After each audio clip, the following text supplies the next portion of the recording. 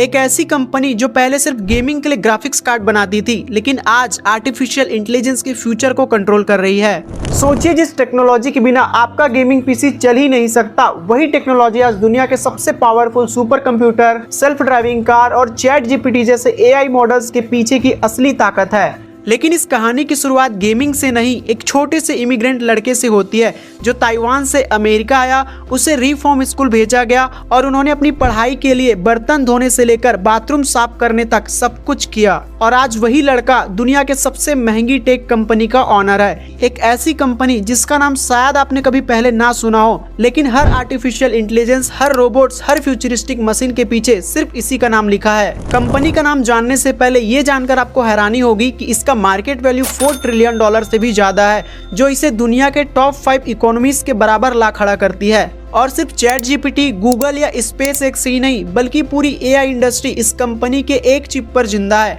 दोस्तों, ये कहानी है एनवीडिया की और इसके विजनरी फाउंडर है जेनसेन हुआंग। और आज इस वीडियो में हम जानेंगे एनवीडिया का राइज और उनका स्ट्रगल, कैसे उन्होंने एआई मार्केट पर मोनोपोली बनाई और क्यों आज हर एक टेक जायंट उन पर डिपेंडेंट है। कहानी की शुरुआत होती है 1993 में। सिलिकॉन वैली में एक छोटी सी रेंटेड ऑफिस से एक स्टार्टअप शुरू हुआ, एनवीडिया। फाउंडर थे जेनसेन हुआंग, जो एक बोल्ड विजन लेकर आए थे। इनका मानना था फ्यूचर सिर्फ सीपीयूज पर नहीं चलेगा, उसे एक नए प्रोसेसर की जरूरत है, that is graphic processing unit. उस वक्त दुनिया इंटेल और एएमडी के प्रोसेसर पर चल रही थी। इन दोनों जायंट्स के बीच कंपटीशन इतना इंटेंस था कि कोई नए प्लेयर का जिंदा रहना मुश्किल था। पर इन सब चुनौती को भुलाकर एनवीडिया ने 1995 में अपना पहला प्रोडक्ट बनाया, NV1। इसमें ग्राफिक्स के साथ साथ ऑडियो और 3D गेमिंग सपोर्ट भी था। जेनसेन का मानना था कि एक ऑल इन वन चिप बनाकर गेमिंग फील्ड में रिवोल्यूशन लाएंगे। लेकिन प्रॉब्लम ये हुई कि गेमिंग इंडस्ट्री रेडी नहीं थी। NV1 ने एक ही अलग ग्राफिक स्टैंडर्ड अडॉप्ट किया था, जो मार्केट के पॉपुलर स्टैंडर्ड डायरेक्ट एक्स के साथ मैच नहीं करता था। रिजल्ट, गेम डेवलपर सपोर्ट देने को तैयार ही नहीं हुए और NV1 एक कॉमर्शियल फेलियर बन गया। उस समय इंटेल और AMD ऑलरेडी मार्केट डोमिनेट कर रहे थे और एनवीडिया के पास न उनके जैसा कैश था और ना ही नेटवर्क। अब कंपनी के ऊपर सर्वाइवल का बड़ा सवाल खड़ा हो गया। लेकिन यही वो मोमेंट था जहां जेनसेन हुआंग ने अपना सबसे बड़ा डिसीजन लिया। फेल हो चुके प्रोडक्ट को भूलकर एक नया जीपीयू डिजाइन करना जो सिर्फ और सिर्फ गेमिंग के लिए बना हो, और वही डिसीजन बन गया एनवीडिया की कहानी का असली टर्निंग पॉइंट। NV1 के फेलियर के बाद एनवीडिया के लिए सिचुएशन बहुत ही खतरनाक थी। पैसे कम हो रहे थे, मार्केट ट्रस्ट खत्म हो रहा था और इंटेल, AMD जैसे बड़े प्लेयर्स ऑलरेडी डोमिनेट कर रहे थे। इस वक्त जेनसेन हुआंग ने एक नया प्रोडक्ट लाइन का आइडिया दिया, रिवा सीरीज। 1997 में लॉन्च हुआ रिवा 128। ये एनवीडिया का पहला कॉमर्शियल हिट बन गया। फास्ट परफॉर्मेंस और सस्ती प्राइसिंग की वजह से ये जल्द ही पीसी गेमर्स के बीच पॉपुलर हो गया। रिवा सीरीज ने एनवीडिया को एक नई जान दी। कंपनी के पास फिर से कैश फ्लो आया और इन्वेस्टर का ट्रस्ट वापस आया। ये वही ब्रिज थी जिसने एनवीडिया को NV1 के फेलियर से निकालकर GeForce के सक्सेस तक पहुंचाया।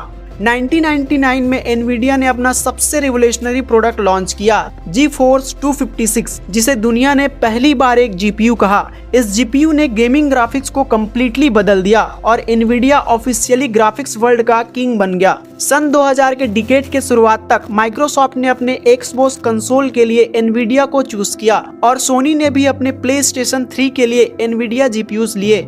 यानी अब एनवीडिया सिर्फ पीसी ही नहीं, बल्कि पूरे गेमिंग वर्ल्ड का बैकबोन बन चुका था।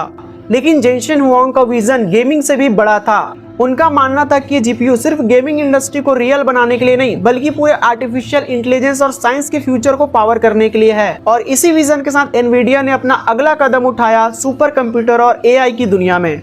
2006 में गेमिंग इंडस्ट्री में एनवीडिया डोमिनेट कर रहा था, लेकिन जेनसेन हुआंग की नजरें कुछ और बड़ी चीज पर थी। उनका विजन था, आज ये जीपीयू गेम्स को पावर करते हैं, लेकिन कल एआई और साइंस को बदल देंगे। इसी विजन को रियलिटी बनाने के लिए एनवीडिया ने लॉन्च किया CUDA, एक पैरेलल कंप्यूटिंग प्लेटफॉर्म जो डेवलपर्स को जीपीयू का पावर एआई और साइंटिफिक कंप्यूटिंग के लिए यूज करने का ऑप्शन देता है। CUDA के साथ एनवीडिया जीपीयू सडनली सिर्फ गेमिंग के लिए नहीं, बल्कि super computers, AI research, robotics और ऑटोनोमस कार के लिए भी परफेक्ट बन गया। डीप लर्निंग और न्यूरल नेटवर्क जैसे मॉडल पे जीपीयूज की स्पीड और एफिशिएंसी ने एआई रिसर्च की दुनिया ही चेंज कर दी। 2012 के बाद AlexNet जैसे एआई मॉडल्स ने इमेज रिकॉग्नाइजेशन रिवोल्यूशन स्टार्ट किया, लेकिन एनवीडिया जीपीयूज के बिना ये पॉसिबल ही नहीं था। एआई स्टार्टअप्स और टेक जायंट्स जैसे गूगल, माइक्रोसॉफ्ट, Amazon सब एनवीडिया पर डिपेंडेंट होने लगे। 2016 के बाद एनवीडिया सिर्फ गेमिंग का नाम नहीं रहा, बल्कि ये बन गया एआई और सुपर कंप्यूटिंग का ग्लोबल बैकबोन।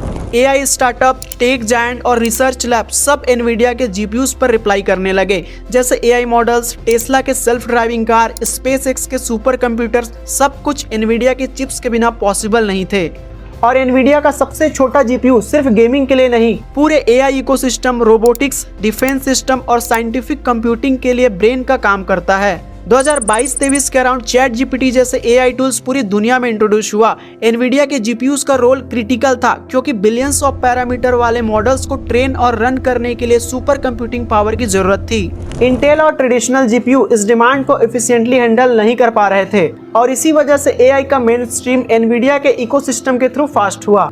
आज एनवीडिया के बिना मॉडर्न एआई और टेक्नोलॉजी के बारे में सोचना भी मुश्किल है। एनवीडिया की मार्केट वैल्यू $4 ट्रिलियन के पार जा चुकी है। एनवीडिया अब सिर्फ कंपनी नहीं, बल्कि एक ग्लोबल इकोनॉमी का इन्फ्लुएंसर प्लेयर बन चुकी है, और अगर ये कंट्री होती तो टॉप 5 इकोनॉमीज में काउंट होती। तो दोस्तों, ये थी एनवीडिया और जेनशन हुआंग की कहानी, गेमिंग से एआई तक, स्ट्रगल से एम्पायर तक और ड्रीम से लेगेसी तक। सो गाइस, वीडियो कैसी लगी एक बार कमेंट में जरूर बताना। मिलते हैं अगली वीडियो में कुछ नए इन्फॉर्मेशन के साथ।